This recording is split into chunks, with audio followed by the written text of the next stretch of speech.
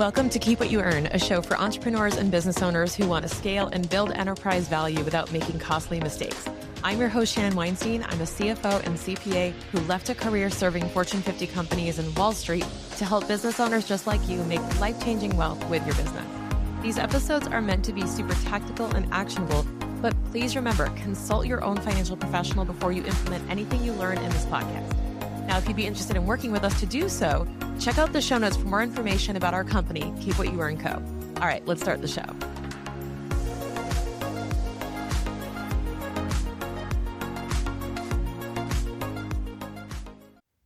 Welcome back to Keep What You Earn. Today, we're going to be uncovering phase one of our Profitable Scaling Playbook, which if you did not hear that episode, I explained the Profitable Scaling Playbook and the 5 phases associated with it. What we're going to do is go through each one of them. We're going to uncover more about the financial focus areas that you should be thinking about in your business. And these actually go pretty linearly and they're a progression. So don't be alarmed. Don't be concerned if you feel like you're at step 1 or step 2. That is totally normal. And a lot of people never even make it to step 4, step 5. So understand that you are exactly where you should be. And this is designed to uncover for you the different aspects of your business that you can be focusing on so that you can move forward and unlock that next growth trajectory for your business and get unstuck financially. So diving in, we're going to talk about core offer profit today. Core offer profit, like I described in our first episode here, was related to your offer. And I'm going to specifically carve that out as not your business, not your overall P&L. We're talking about just your offer, okay? So in this episode, I'm going to uncover how you figure out your core offer profit. And then I'm going to break this up and go through tomorrow or your next episode when you've realized that you have a core offer profit situation, what can you do about it, okay? What are the different levers you can pull? So core offer profit fundamentally, for my accountancy folks out there, is gross profit, okay? But we're not going to say that. We're going to say core offer profit because I fundamentally believe that if you understand what this is measuring, it will be a lot clearer to you what goes in it. So let's talk about core offer profit from the standpoint of your business. So if you have a product-based business, your core offer profit is essentially the profit that you make when you take the price you sell your widget for and you subtract out the costs to make, manufacture, package, ship, and deliver the product, okay? There are different costs that you can subtract from the sales to get to that core offer profit. Now, what you have to understand are industry norms. You have to understand what typically in your industry is considered part of those costs, what I call direct costs, okay? Well, not just me, but what we call direct costs. So whatever direct costs are associated with delivering, making your product have to go into that calculation of your core offer profit. And you might hear this referred to as gross profit or gross margin. You might be familiar with those terms. And what you want to do is measure what that profit looks like on a per unit basis, a per product basis. And by the way, if you have various offers, various products, various SKUs, you want to do this for each one. Whatever amount of slicing you want to do for this data that's appropriate. So you want to be factoring that in and looking at this across multiple offers. Now, when you are calculating this, you're taking sales minus costs, with direct costs equals core offer profit. You also want to be taking that as a percentage of your sales and figuring out what your margin is on your product. Now, if you're offering a service in your business, then what you want to do is something very similar, but it's going to be a little bit more abstract to figure out the cost to deliver. Hey, it's Shannon, and I wanted to remind you that the love language of podcasters is reviews. If you wouldn't mind taking a couple of seconds just to leave us a review if you're enjoying this show, we would really, really appreciate it. Okay, back to the show. So if you're offering a service-based business, you need to figure out, okay, well, how many hours of a certain person's time does it take to deliver this service? How much is it really costing me to send my crew out to do this job?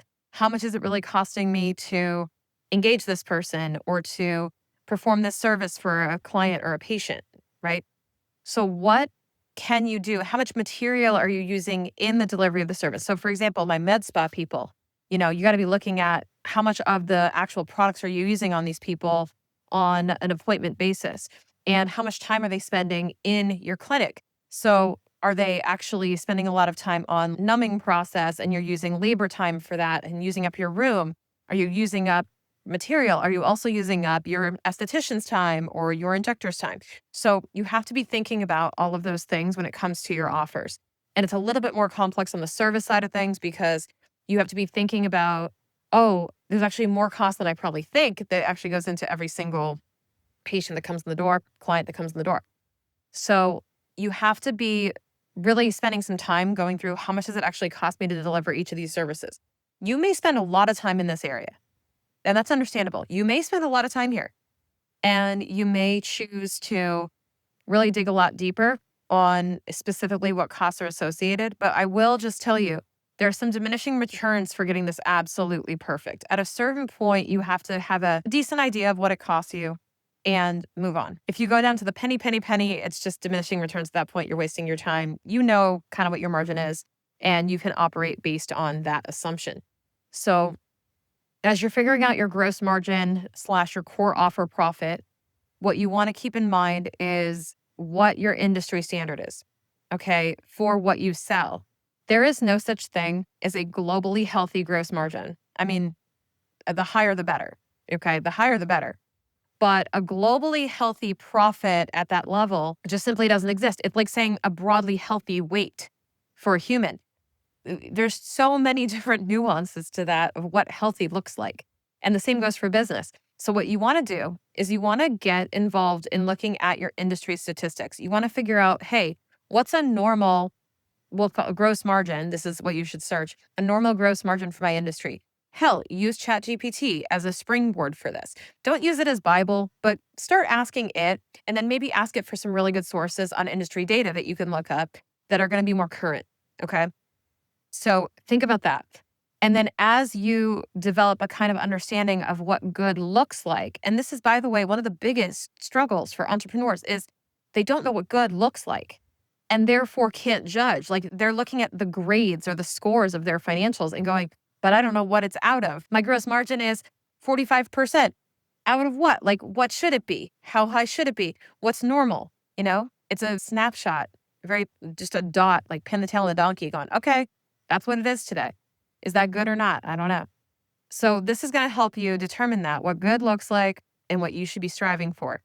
And if you're below industry averages, that is okay. Just keep in mind that you may have a different offer mix than some people, and you just have to kind of figure out why that is. And if you are struggling with your core offer profit and you're realizing my core offer profit is not what I thought it was, it is definitely too low. Typically, a gross margin or a core offer profit that's too high is not a problem. So we'll say if you think it's too low, then there are a couple things you can do. I'm going to go through these in the next episode, but just keep in mind that don't beat yourself up if it's not super high. But I really want you to take it seriously if it's negative. If you are essentially selling a product and it costs you more to produce and deliver that product than it does to sell it, you need to rework your entire offer, okay? And rework whether or not your pricing is appropriate. You got to rework a lot of things. So we'll talk about this in the next episode, what you can do if your core offer profit just isn't up to par. And I got you. We're going to give you some tools to help you along the way. When it comes to scaling your business, your core offer is the foundation of your success. If you're finding that your margins aren't exactly supporting the cost of running your business, well, it's worth taking a closer look at your pricing strategy and your direct costs to hack it and figure out what your constraint is. Sometimes all it takes is small adjustments, like fine-tuning your pricing or streamlining your expenses. These can make a huge difference. Join me for a power session and let's dive deeper into the profitability of your core offer. All the information is in the show notes below.